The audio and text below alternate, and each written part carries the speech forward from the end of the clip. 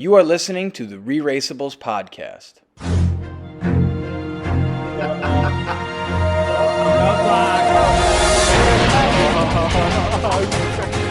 Give you a nice little detour.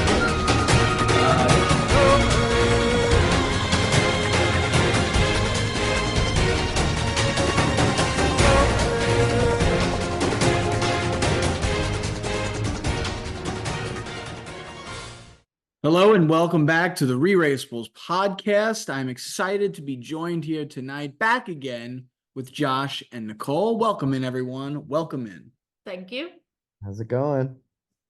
Folks, we are back. We are here to recap our 80th episode for season 36, episode 8.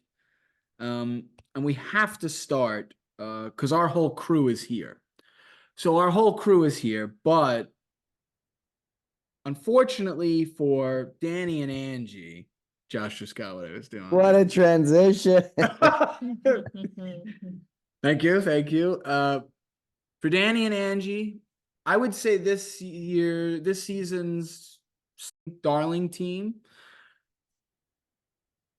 they're out. And they're out in large part because apparently there's a rule within the Amazing Race that says you cannot at any time lose your crew.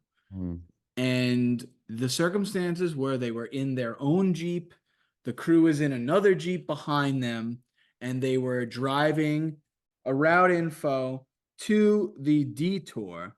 And in the process of going on a roundabout, they lost their crew. And when they got to the Detour, they had to stop and wait for the crew. We get a lot of background about this. We get them actually walkie-talkieing to the crew at different parts before this happens. What are our thoughts? What are our reactions to just the way that this all went down and affected Danny and Angie's leg of the race and ultimately fate in the race? Personally, when driving, I love a roundabout. I love that you don't have to wait for a light. I think it's kind of fun. But I can imagine how if I was driving on the opposite side of the road, it might get a little tricky. And I think that's where they went wrong. And that's how they ended up missing their crew.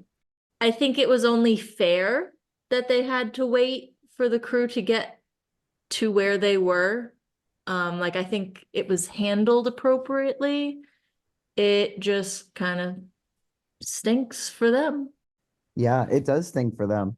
I mean, it's kind of like it's weird because they don't tell you about this every episode, right? And Yes. so by the time you get to this episode, you only find out about it because you know that this is something that like they lose the crew. And so it feels like, oh, I guess you're just telling us now because it's not really a factor otherwise, but it's only a factor when it matters.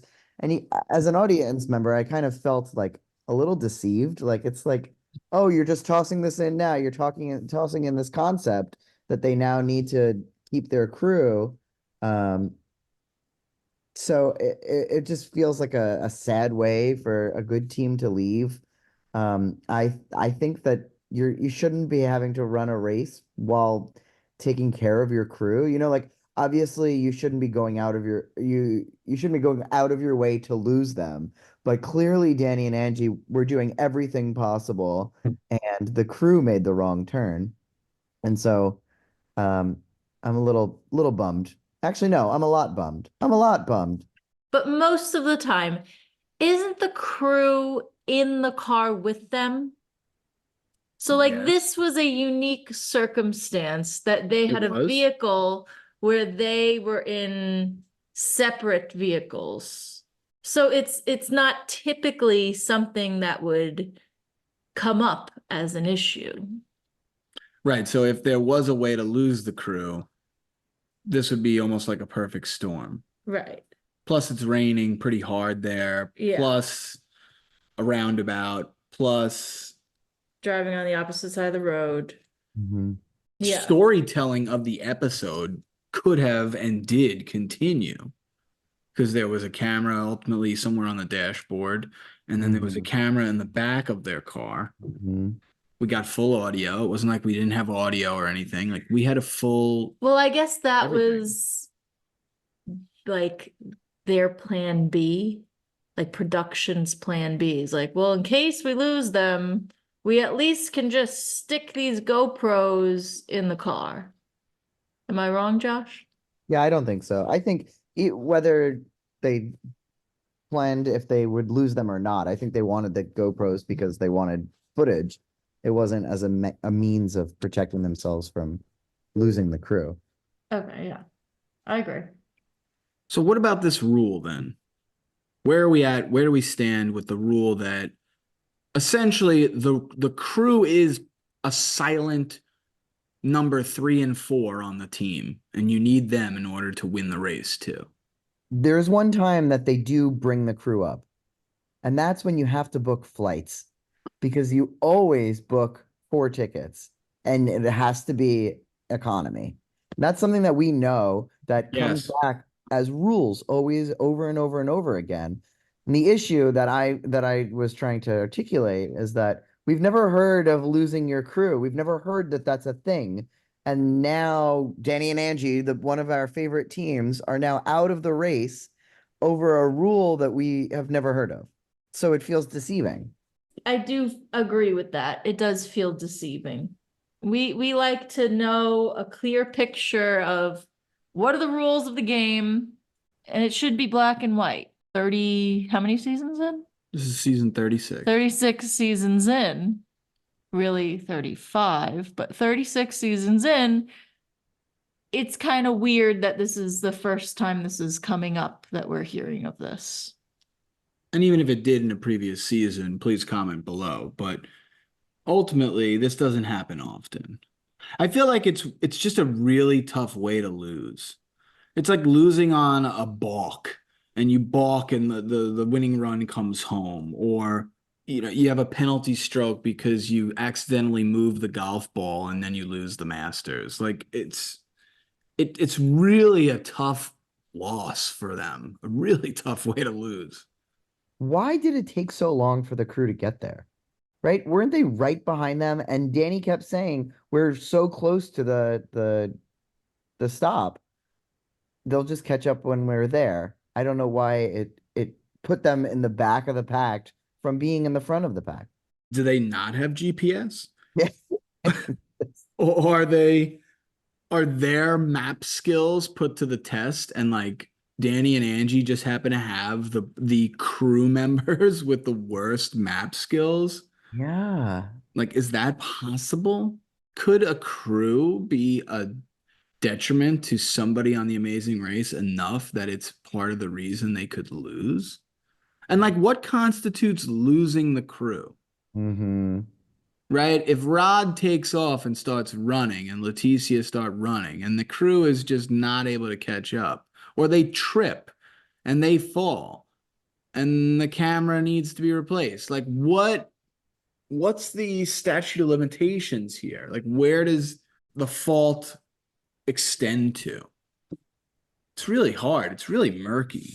It wasn't even that put them out like hours and hours, but it was enough to send them toward the back of the pack and be enough to knock them out. And just to add on this crew idea, like it would be one thing if you lost your crew and then like competed in challenges or had to do legs of the race without a crew, and there's no way to be held accountable if you did them or blah blah blah blah blah.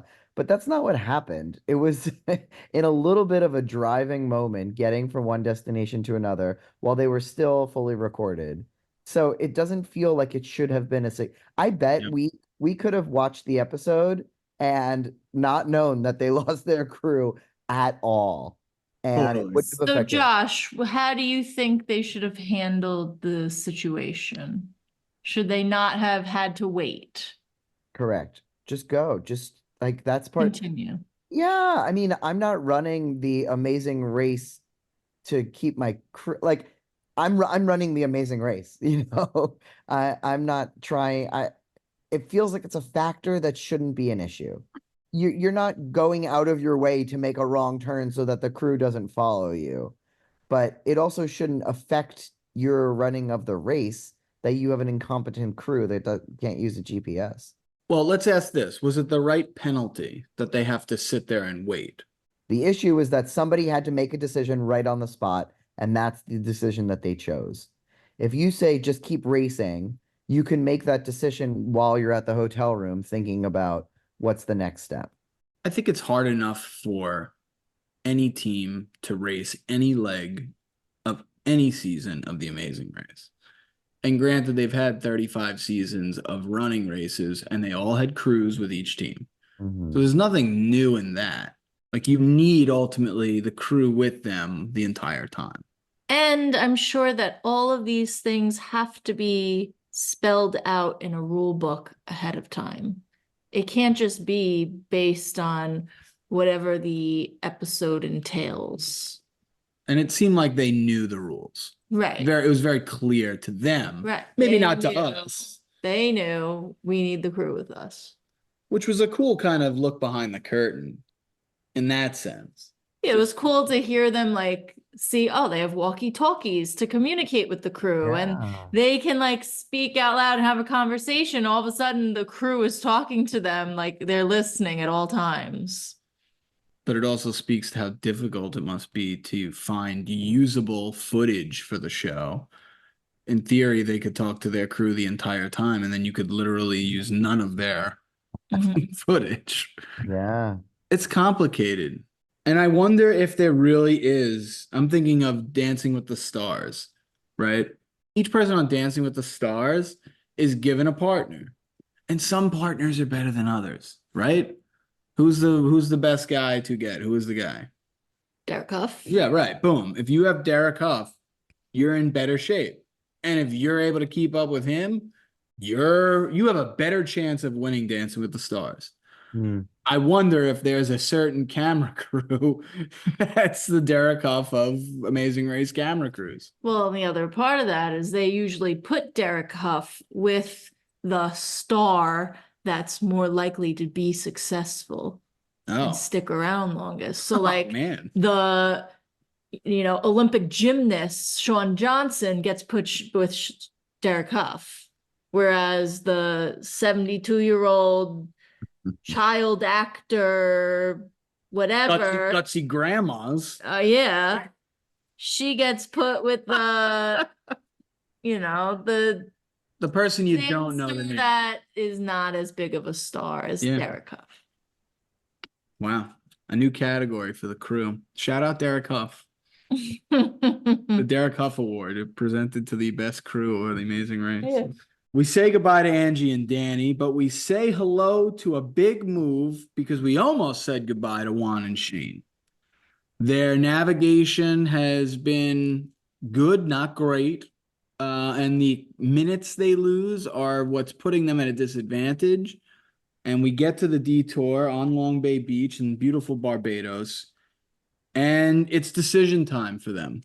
Ricky and Cesar have already left the Detour and have won. And that left Amber and Vinny, Yvonne and Melissa, Rod and Leticia, and Angie and Danny, despite all the waiting and the crew question, all on the beach, putting together the fish pot at the Detour. And Juan and Shane get there, and they have a decision to make. And they chose to do the seaweed pickup. It's the biggest decision and the best decision they've made all race long. Yeah, easily. I mean, they were behind. They needed to get ahead, so they took the risk. They are the physical team. They are the team that should be always doing the physical challenges. And this is a time where you know that this is a time-consuming task, that everybody's doing it. And so you're not gonna get ahead of other people on a time-consuming task. So the only way to get ahead is to try to use your power. And they did. It was a great move. I agree. So the task they had to do was fill up a 55-gallon drum barrel of seaweed. What would you say? They had to go like 200, 300, 400 feet with it from one side of the beach and bring it to the other side, right across as everyone else was doing and putting the fish pots together. I thought it was a good theater for that piece of it. I agree. It's setting a nice stage, having two detours on the same beach, and the way it played out for them to go from literally last place in sixth, and with their first go ahead with the wheelbarrow, they get the barrel filled up halfway. They get this boost of energy. They're pushing each other. They're huffing and puffing because it's heavy seaweed that's soaking wet that has a bunch of sand in it. You hear them kind of processing. Grab the one that's not as less sand in it. It's less heavy. Blah blah blah. And with the second wheelbarrow, they're even more gassed and they get 90% filled up. And you're like, oh no, they're gonna run out of time. What are they gonna do? And then they go one more time, and they had to get it from that specific area, which made them travel with it further. And they go literally from last to second, and they're out of there on their way to a second place finish. Amazing. I loved to watch their success. They're the kind of guys that you root for. You want to see them do well. So when you see those little wins for them, it's nice to see. Yeah, we've been following them. We've been talking about they might be one of the best teams that's racing this season. And so to see last episode them get pushed all the way to the back, it was exciting. And it also does prove that they are a strong, solid team that can come back from being in the back of the pack and come to the top. Awesome theater of it. Awesome end to an episode, really, like to kind of slingshot them from last to second place and really put the heat on the remaining teams. It was great. It was really exciting. And it was nice to see somebody choose the other detour and have the highest level of success from it. Mm-hmm. I feel like a lot of times we've had conversations this season about, oh, nobody chose the other one. It would have been this, it would have been that. Now somebody chooses this one, and boom, it was the secret sauce to getting them to the front of the pack from the back. That was awesome. Let's go to the roadblock.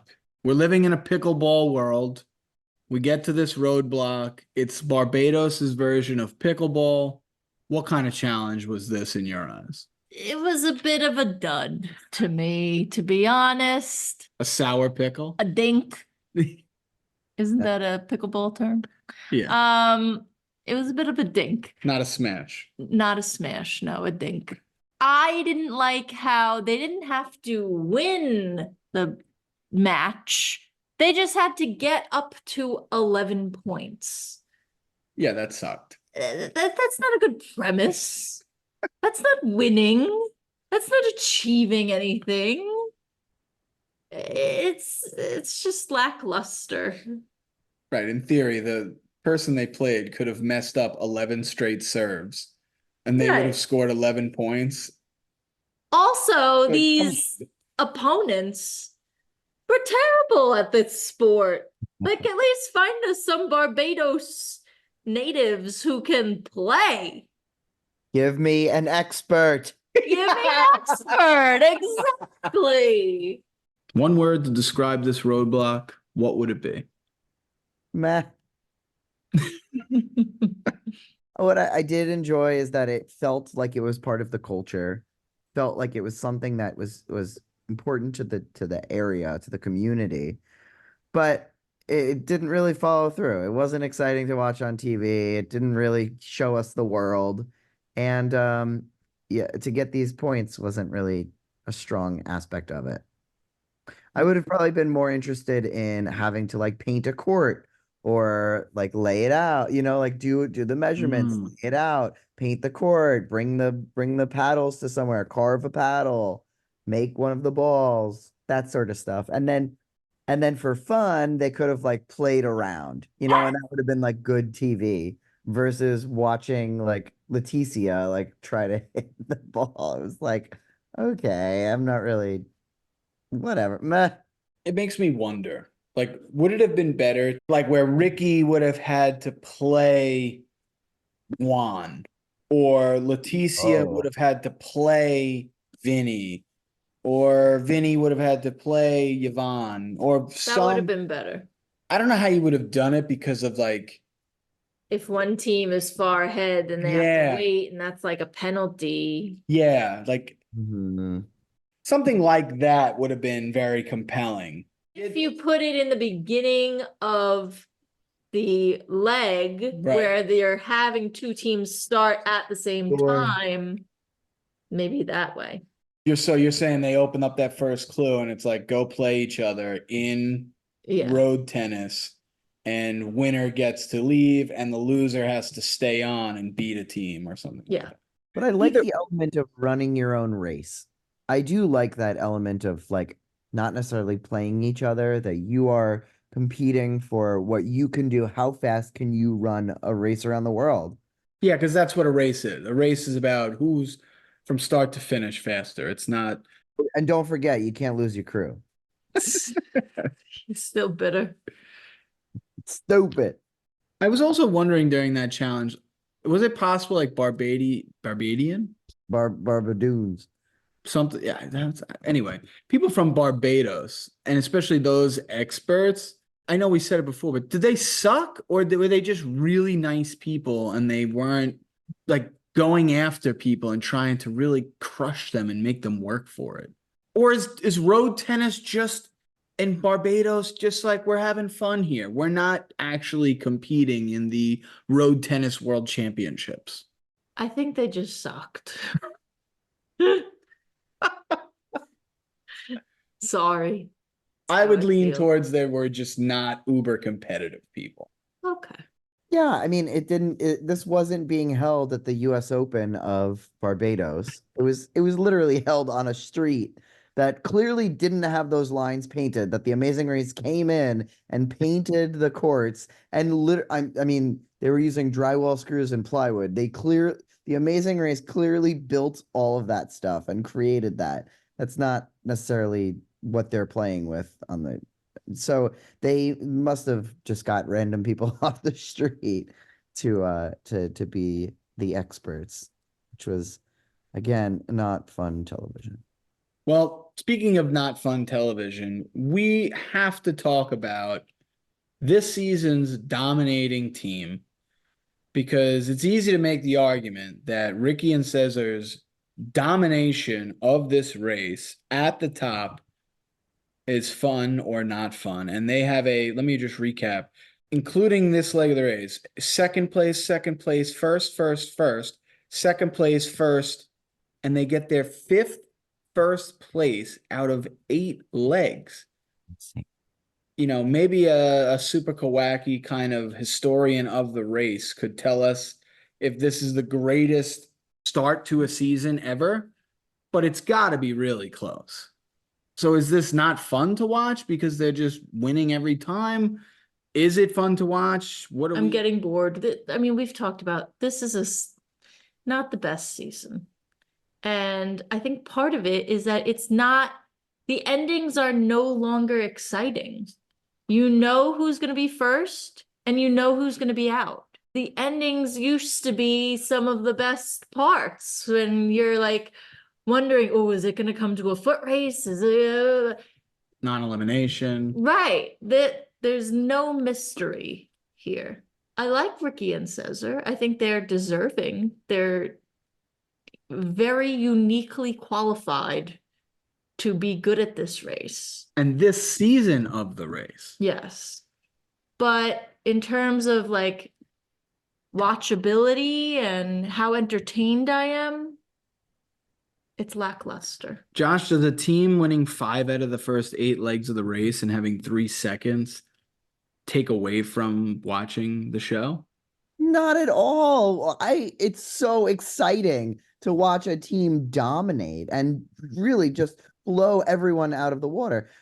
Or rather run the race really, really strong. That's really exciting. What isn't exciting is when everybody else can't keep up. So there's no blame on Ricky and Cesar. They are, I mean, oh, wow, I was a classically trained singer, or I welded in high school, or I in shop class. Somehow they are just naturally good at everything and they know something about everything. And they are exciting to watch. However, when every other team isn't as good, they're not exciting to watch. So, I mean, I agree that the end of the episodes have not been fun because we haven't been able, there's no storyline. The episode just kind of ends and you're like, okay, what? But I would counter and say that the the first places has been the most exciting part, watching these teams compete at a high level. I'm a big believer always in better people competing. That's what gets exciting about as the season goes on. We're left with only the good people. So do we feel the same way right now about Ricky and Cesar that we did about John and Greg last season? Because they're running similar. Ricky and Cesar have better overall finish statistics at this point. Do you have the same feeling, or is one a little bit, are we a little more confident in last season with John and Greg at this point, or are these guys this season? I think I have more confidence in Ricky and Cesar. I think they have a better track record, and I think the challenges that we've seen this season tend to be easier than those that Greg and John faced. Maybe that's just my opinion, but that's how it seems. Yeah, I would agree. I think the challenges this year are easier. We're still in a Spanish-speaking country. Like, come on, guys. Are we going anywhere? Are we dealing with any sort of travel? I mean, aside from driving, we're still on the private jets. We're still starting not in the time that you have arrived, still starting in groups. For some reason, I actually did last year get bored of John and Greg. But I'm not bored of Ricky and Cesar. I don't know why, but Maybe it's a personality thing. Like Ricky and Cesar have much more personality than John and Greg had. No offense, John and Greg. Sorry. It was one of those instances we've talked about how teams of two of the exact same person. They were two of the exact same person. Ricky and Cesar are not exactly like, they're similar in many regards, but they're also very different. And so they bring a lot more spiciness to the show. The one thing that's the common thread, I would say, between the two is that uniquely qualified for the race. I feel like we were having the same conversation last season on the podcast about, I think it was after the episode where John and Greg went and did that waiter task. It was a detour. And they had to, one of them had to go and John went and had to memorize the menu, and he had to like be a waiter in a really fancy place. And then he had to translate to Greg what the menu items he needed for each of his table. And it was like, oh yeah, I spoke French and I studied abroad there, and oh, I've been a waiter. Or like, it was just like, come on with these guys. Are you kidding me? And I feel like we're having that same feeling. It's like two Slumdog Millionaire type of storylines in a row that they've got some experience, some reference in their past, know how to handle whatever it is. And to your point, Josh, about like the kinds of places we've been this season, we haven't had like a major culture shock where you're in some desert in Zambia. There's nothing familiar. There's not that you don't have a language help. You don't have even just the beaches and where's the water? We're driving. Well, it's over by the water. Oh, there's the water. Let's go down by the water. We're kind of lost, but we know that landmark. Like there's been none of that. And so maybe just the race itself lends itself a little bit more this season to a team dominating it. Okay, so just rounding out the other three teams, we had Amber and Vinny in third, we had Yvonne and Melissa fourth, and we had Rod and Leticia in fifth. And I want to just talk about them briefly. Rod and Leticia finished fifth, meaning they're kind of in the on-deck spot of being the next ones out, baby. So at the Detour, first, should they have just done the seaweed? Yes. He could have done that by himself in a second. See, this is a team that is not always aware of their strengths and using that strategically. He's impulsive. Very. And he just decides what they're doing. There's no talking about it. It's just he makes the decision and they barrel forward. Oh, you did it, baby. Okay, yeah. Look at you playing 11 points. So beautiful. Yeah. Yeah, but they're fun to watch. That's They it. are. Like I agree. They're maybe not playing the best gameplay, but they're one of the most exciting teams to watch. They're fun. They are always and they're competitors. That's like a really big thing. So no matter which one they're gonna choose, they are gonna do it all out and as hard as they could. I do wonder like the wheelbarrows like. Leticia's not going to do much. She may probably just stand there. So, in a challenge where Rod totally could dominate it, does it still hurt that you're only having one person do a two-person job versus doing the building the traps, which you both can work on together? My opinion, they made the wrong choice. Leticia could have found a way to contribute to the seaweed cleanup, just like she sort of was involved in. It's just saying, Rob, go to your right. There's more seaweed over there. Yeah, right. I just the size of him, he's so fast. He probably would have spilled the wheelbarrow, but like, I mean, I would have liked to seen him running up and down the beach with the freaking seaweed. Are you kidding? Like if once he knew how to do that, he would have flew through that. Come on. Remember him on the recycle bike? Mhm. Yeah. I was built for this, baby.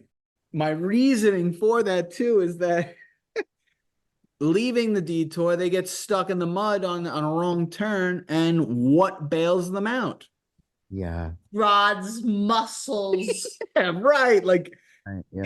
if he doesn't have the physical massiveness that is Rod to literally push the car and help them get out of a ditch and not lose, they're screwed.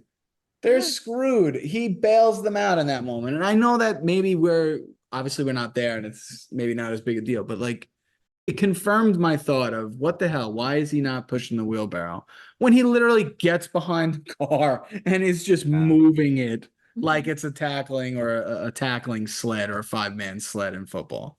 Of the third, fourth, and fifth place teams, Amber and Vinny, Yvonne and Melissa, Rod and Leticia, who's on elimination watch? I think Yvonne and Melissa are next. We still don't really know why we haven't heard much from them, why they don't really get any airtime. And maybe it's just because they're not very interesting to watch. They don't have very big personalities like Rod. They're just kind of there and they're not particularly excelling. They're just middle of the pack kind of people. And I think it's their time to go. And they've acknowledged that. They've acknowledged, I think it was either maybe last episode or even this at the end of this episode where they acknowledged that's kind of where they've been. Mm-hmm. And another team that I don't know if I see them going now, but we have been seeing the decline of Amber and Vinny. Every episode, they're just yelling at each other and truly like, I don't even think that they're together anymore because it's really brutal the way that they start talking to each other and even how in the beginning of the season, after an episode, like when you started a new episode, you can tell that they were like riled up and they cooled down and then they started the episode every week like as good friends again. But this episode, they started still mad at each other from the last one. So we're starting to see the continual decline of Amber and Vinny. I really just do not like the way he talks to her. I just think that he has been condescending and rude, and she kind of plays it off as like, oh, that's Vinny, that's how he is. But really, you should be trying to raise up your partner and not put them down after every little thing. Oh, you're kidding me with these directions? You don't know where we're going. It's over here, you dummy. Like, it's just, come on, guys, have some respect for each other. But is it compelling television? Yeah, but in a derogatory way. A cheap way. Yeah, it's cheap. It's not Amber versus Vinny. It's Amber and Vinny versus the problem. Mm. Right. That's what they're not really getting. I want Rod and Leticia to stay. Rod's personality, Leticia just having to like embrace this massive man after she scores 11 points, or watching him put on the bubble and run through the soccer field and just annihilate people onto the floor. He's just such a standout physically and personality that it's just made this season so much better. Whereas I don't think Yvonne and Melissa have contributed at all to the personality of this season. And so I'm hoping that it will just be more compelling with having greater personalities as well as stronger teams in there. The last thing before we go to the power rankings, first time the race went to Barbados. It's Caribbean. We hear steel drum music throughout the entire episode. Season 32, people must have had a little PTSD. Shout out to Cody and Nathan with Deo playing it on the steel drums. They might have not been able to really handle that. Even Gary, who really struggled and almost saw Gary and D'Angelo go out in that first episode when they were in, I think it was Trinidad and Tobago. Maybe Jamaica. Yeah, something. One of those islands. But thoughts on Barbados as the host of a leg for the first time in the race's history? It was probably about as exciting as seeing Rihanna's childhood home.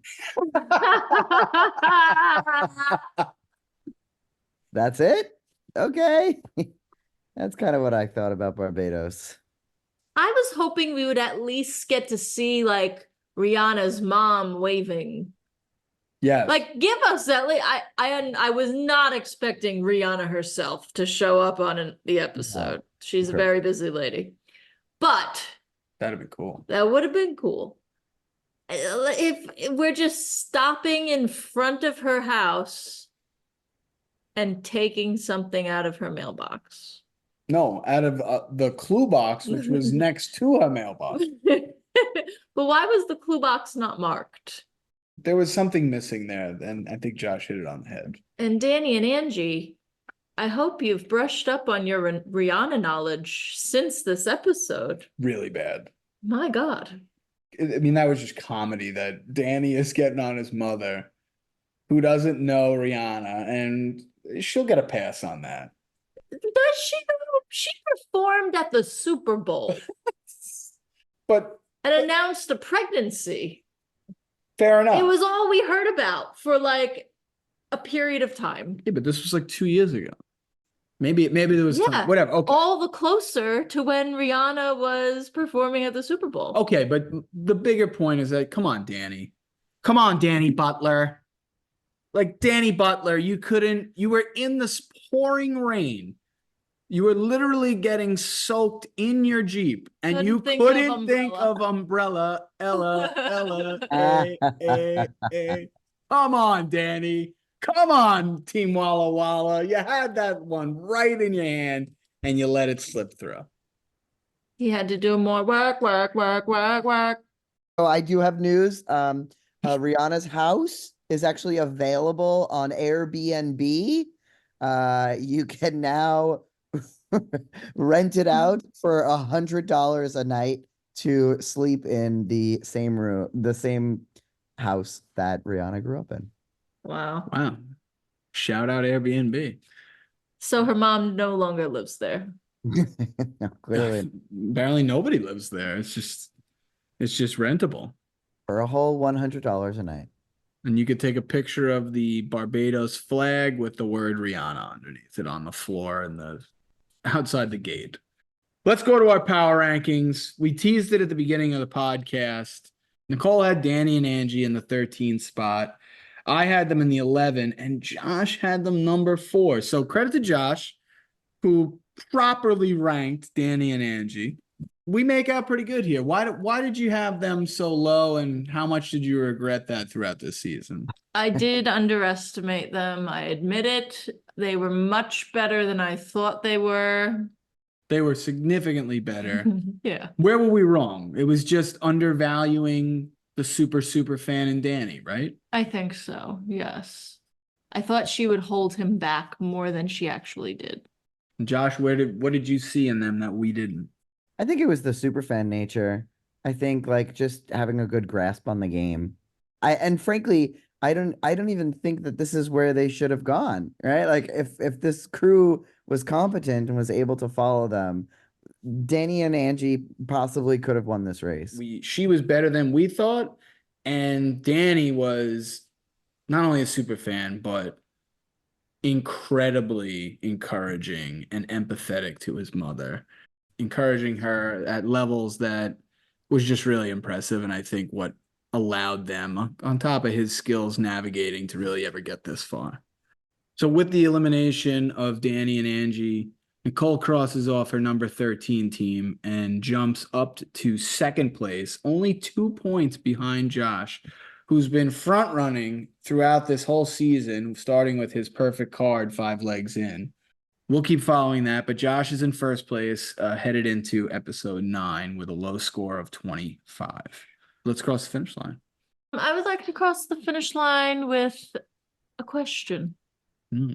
I wonder, given that we saw this new rule was brought to light, what other rules are there that we are not aware of that are things that the teams have to keep in mind while racing that we as the audience are not privy to? Probably influence the show way more than we see. Right. And I know on Survivor, I listened to the On Fire podcast with Jeff Probst, and I know that they have someone on set at all times whose job it is to make sure that they are following the rules of the game. Is there an equivalent on The Amazing Race? Probably. I feel like any competition show where people are competing for that much money, you have to have somebody regulating that. And listen, if Phil Kogan needs a co-host for the World is Waiting for Us podcast, the official Amazing Race podcast. Are you going to ditch our podcast? No, For Phil? I so, wouldn't blame you. Okay. Well, then I'm going to recommend that. Yeah, one thing I noticed this episode particularly, but I'm looking back and thinking about it in previous episodes, is the welcome to the mat. I feel like we used to have like a native speaker, maybe a little bit of broken English saying welcome to Barbados. And what I noticed is that even at the challenges, even at the mat, everyone spoke perfect English. And so I don't know, going along with that idea of like, who are these people playing the pickleball? I wonder how much of these people perhaps were found or are brought in or are of the area. Just kind of interested in who our locals are. I think at this point now, with Angie and Danny out, I am in full rooting for either Ricky and Cesar to run the table and just win every single leg for the remainder of the show, and just be able, so for us to be able to talk about, is this the greatest performance in the history of The Amazing Race? Because I just love that front runner domination narrative. I'm also rooting personally for Juan and Shane, especially after what happened this past episode. And I like that there's the first place in them, but there's a struggle and they're not perfect. They haven't been second, first, second, first. They've been all over the map and they've been battling back, and it's come back to their choices and knowing who they are. And I think we have kind of this domination narrative going, and we have this kind of other team that's overcoming some hurdles and throughout each leg. And I like those two stories kind of next to each other. And I'm hoping that those two teams will get into the final 3. And if I had a third team to root for to get in, it'd be Rod and Leticia, baby. So I'm looking ahead to the final 3, and I'm hoping that that those are the three teams, because I think that would be the most compelling finale. I agree. On that note, we say thank you. Thank you, Nicole. Thank you, Josh. Thank you to our supporters out there. Be sure to like, follow, and subscribe at Tribal Council Blog on YouTube, Instagram, Facebook. Check us out. Leave a comment. What are your thoughts on this episode? We'd love to hear from you. And we'll be back next week, a more exciting episode, and we will cover it right here on the ReRACEables Podcast. We'll see you next week.